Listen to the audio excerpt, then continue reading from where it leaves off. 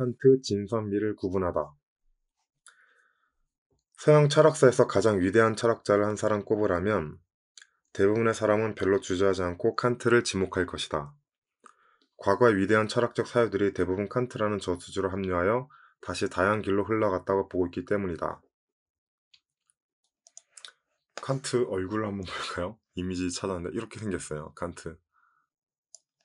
네, 이렇게 생긴 분이 칸트입니다.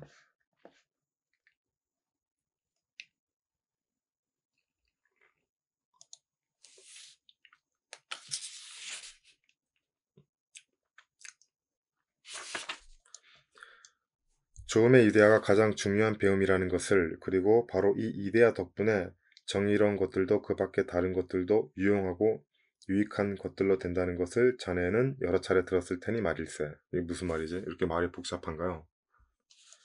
일단 저는 이 구조의 문장 구조가 마음에 들진 않아요. 어려워요. 일단 조음의 이데아가 가장 중요한 배움이라는 것을, 그러니까 이데아란 되게 이상적인 걸 얘기하겠네요. 조음이 굿이 아니라 투 아가톤이라고 되어 있네요. 투 아가톤 뭐지? 극작가 이름 나오는데 뭐 딱히 영어로 그리스 시인 극작가로 나오네요. 아가톤. 아가톤을 알면 뭔가 이해가 되려나? 근데 아가톤은 비극의 시인인데 뭔가 이해가 안 되네요. 네, 이 조음은 좀 다른 의미의 조음인 것 같습니다. 뭐 일단 해석이 안 돼요. 저도. 음, 그냥 쭉 읽어보겠습니다. 아무튼 조음의 이데아가 제일 중요하다.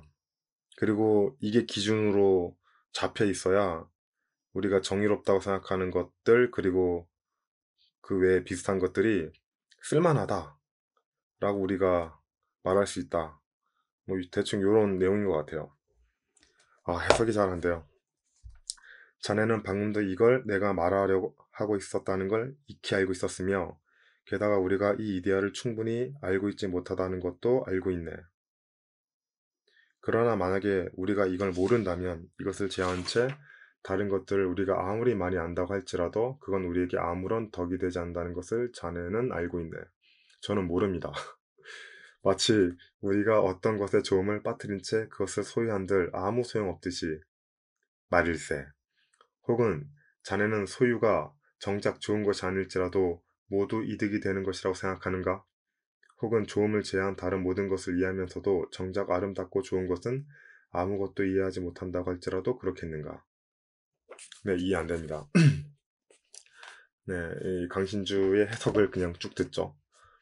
형상, 즉 이데아는 이데아를 형상이라고 하네요. 생긴 모습, 플라톤에게 지식과 진리의 대상이다. 그것은 변화하는 생성의 세계에 동일성을 부여하는 원리이기도 하다. 사람 자체, 삼각형 자체, 테이블 자체 등등 다양한 이데아들이 존재할 수 있다. 이러한 이데아들이 이데아로 불리려면 그것들에는 최종적 이데아가 존재해야만 한다. 그것은 이데아 자체라고 부를 만한 것이다. 그것이 바로 조음의 이데아, 즉 선의 이데아다. 다양한 삼각형들이 삼각형 자체, 그 삼각형 이데아에 수렴되고 다양한 테이블들이 테이블 자체, 즉 테이블 이데아에 수렴되는 것처럼 이번에 삼각형 이데아나 테이블 이데아 등등은 모두 선의 이데아로 수렴된다는 것이다.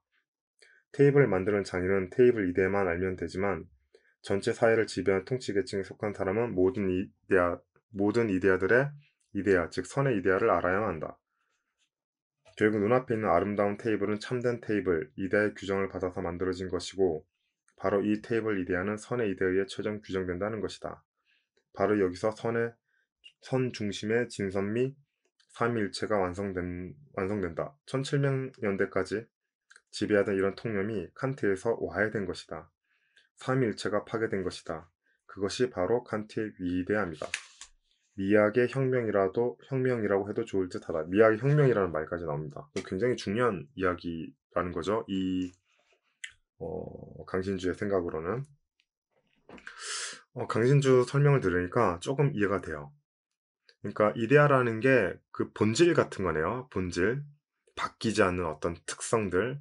책상은 책상이죠.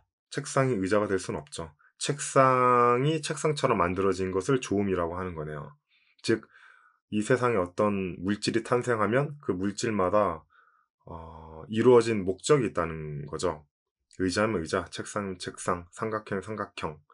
그리고 그 삼각형에 가까울수록 선하다, 옳다라고 여기는 거고, 그리고 그 오름에서 출발해서 만들어진 여러 가지들, 네, 그런 것들을 이제 부수적으로 아까 진선미라고 얘기했죠.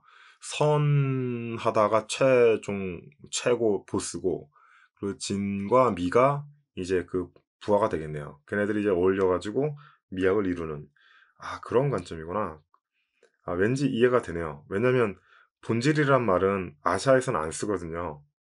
본질이란 말은 서양에서 나온 언어라서 세상에 변하지 않는 건 없는데 서양은 그렇게 변하지 않는 게 있다고 믿고 출발한 철학이어가지고 확실히 네, 이해가 됩니다. 음, 계속 읽겠습니다. 그것이 바로 칸트의 위대함이다. 미학의 혁명이라고 해도 좋을 듯하다. 이제까지 참됨에 의해 지배되었던 아름다움이, 그리고 최종적으로 선함에 의해 지배되었던 아름다움이 마침내 독립했으니 말이다. 이제는 아름다움은 참되지 않아도 충분히 아름다울 수 있고 선하지 않아도 충분히 아름다울 수 있게 된 것이다. 이게 저한테 이해가 되는 말이네요. 진선미를 포함해서 아름답다라고 말하는 것은 저도 잘 이해가 안 돼요. 근데 진은 진이고 선은 선이고 미는 미다. 이렇게 이해하면 저는 쉽게 이해가 됩니다. 느낌적으로. 이제 미학이 하나의 학문으로 탄생한 것이다. 인물을 묘사하기 위해 해부학을 공부했던 레오나르도 다빈치로서는, 혹은 선한 사람만이 아름다움을 가질 수 있다고 생각했던 미켈란젤로로서는 경천동지할 일이다. 물론 그렇다고 해서 칸트가 진선미 자체를 부정했던 것은 아니다. 이 대목에서 갑자기 떠오른 생각이 있는데, 음, 애니메이션을 묘사하기 위해서 물리를 공부하는 거죠. 근데 이 물리가 아름다움이 아닐 수 있다라고 얘기하는 거일 수도 있겠다는 생각이 갑자기 드네요. 좀 심각한 부분인데. 음.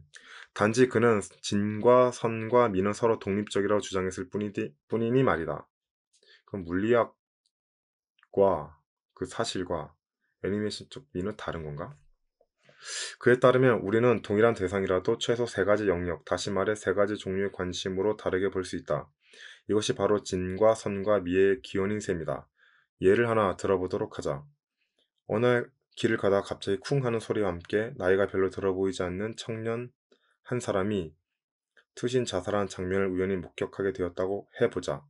칸트에 따르면 우리는 이 충격적인 장면을 다음과 같은 세 가지 관점에 입각해 서로 다르게 이해할 수 있다. 첫째는 이론적 관심이다.